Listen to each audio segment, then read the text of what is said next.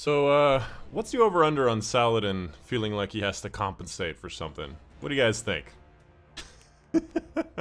Yes, I want it in the middle of the tower, right where the Guardians arrive! I don't want them walking up no staircase. I'm done! You hear me? I am Brockus now! Welcome to the reset video, everybody. We're gonna be talking about the Destiny 2 weekly reset for almost June 2022. Obviously, we do have Iron Banner, the second week of the season. Is it usually the second week?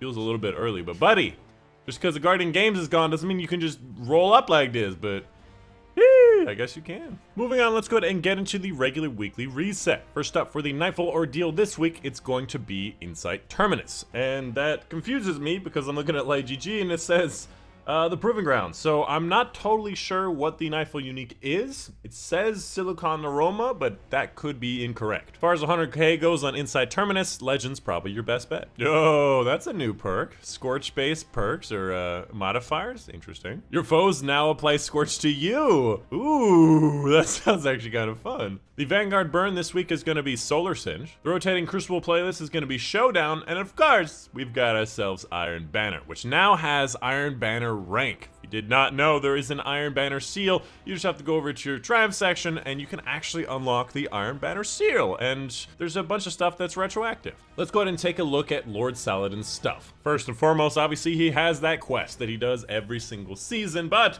he obviously has a lot more things than he usually does. There's no quests. There's no quests.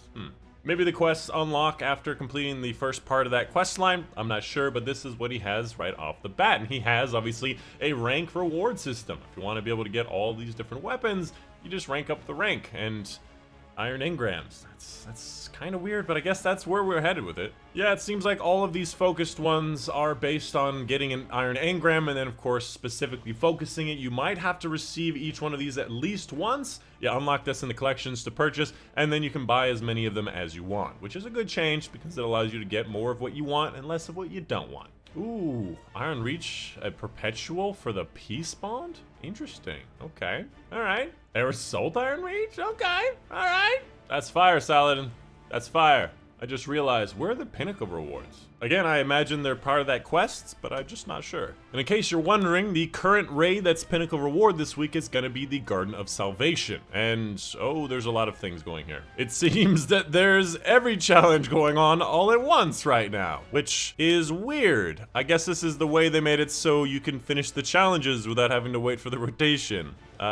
Doesn't seem right, though. Oh, actually, I found it, yeah. So it's the Pit of Heresy. So the other rotating dungeon for Pinnacle Gear is the Pit of Heresy, and it's been a long time since I've been in here, so I might actually go and play that. And of course, the rotating raid challenge for the Vow Disciple raid is going to be Defenses Down. This is going to be taking place in the third major encounter, and this is going to be the one with those different relics that you get to play around, and every single person can only kill one of those special shielded knights, so essentially you skip one in the third section. Up next, let's take a look at Eververse's inventory. Ooh, fancy sword. Again, this set is such a cool looking set. Anyways, so the Bright Dust options. First of all, we have the Glow Stick Dance, which I assume you have some glow sticks in your hand. I thought they were daggers, but you're just having a good old dance. You have an ornament for this weapon, which, Dead Messenger, yep, I knew that. I have totally used that recently, not completely forgotten. We have the Nectar Dynamo shader, in case that's what you wanted. For the other Bright Dust section, we have Spill the Tea, which I assume after you finish it, yeah, you just kind of spill and spit the tea. You have the Canned Rage, which I don't think I've ever seen before. It was from last time. But you just smash a can and you throw it. Great.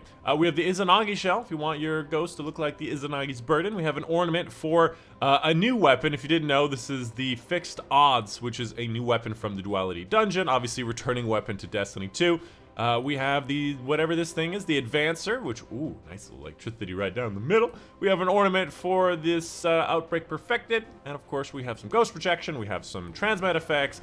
We have the Signal Processed. We have the Taken Arrival. We have, of course, some other shaders. Neopop Wave, probably the most visually assaultive shader in the game. We have Welded Brass, which is a bit more of a dulcet brown with some whites. We have the Royal Welcome, which looks a bit like that. And of course, we have the Vibrant, I thought it was Beach. Vibrant Beach, not to be confused with my ex.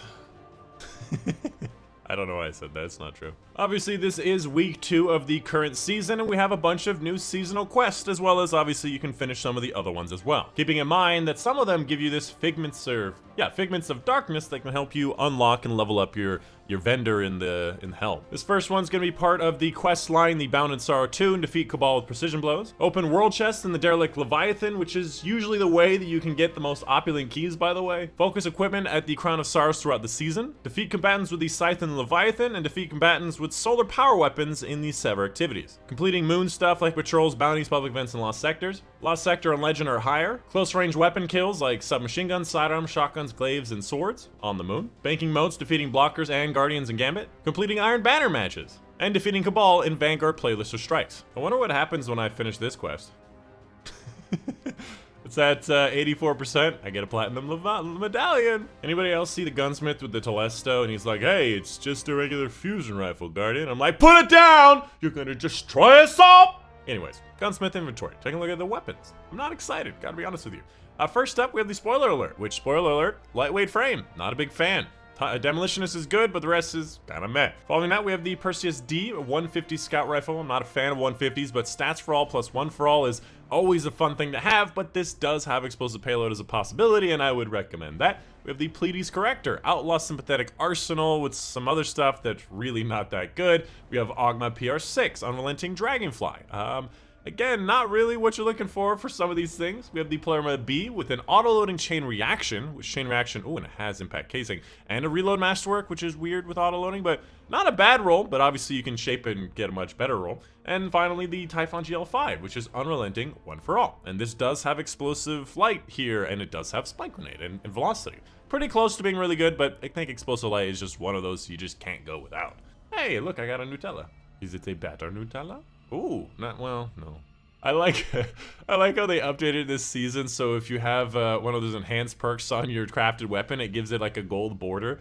I remember reading the patch notes and they're like, yeah, we heard you like the shiny borders, okay. I'm like, yes! I did, actually. And finally, in case you're wondering, the Crown of Sorrows does actually have a new quest part. This is how you get Crown of Sorrow thing 2. You just come here, Bound in Sorrows, you accept it, and nothing else seems to have changed. Everything else is pretty much the same. You can unlock and buy stuff as you will. Oh, a red box! Oh my god! It's still not an Outstringer.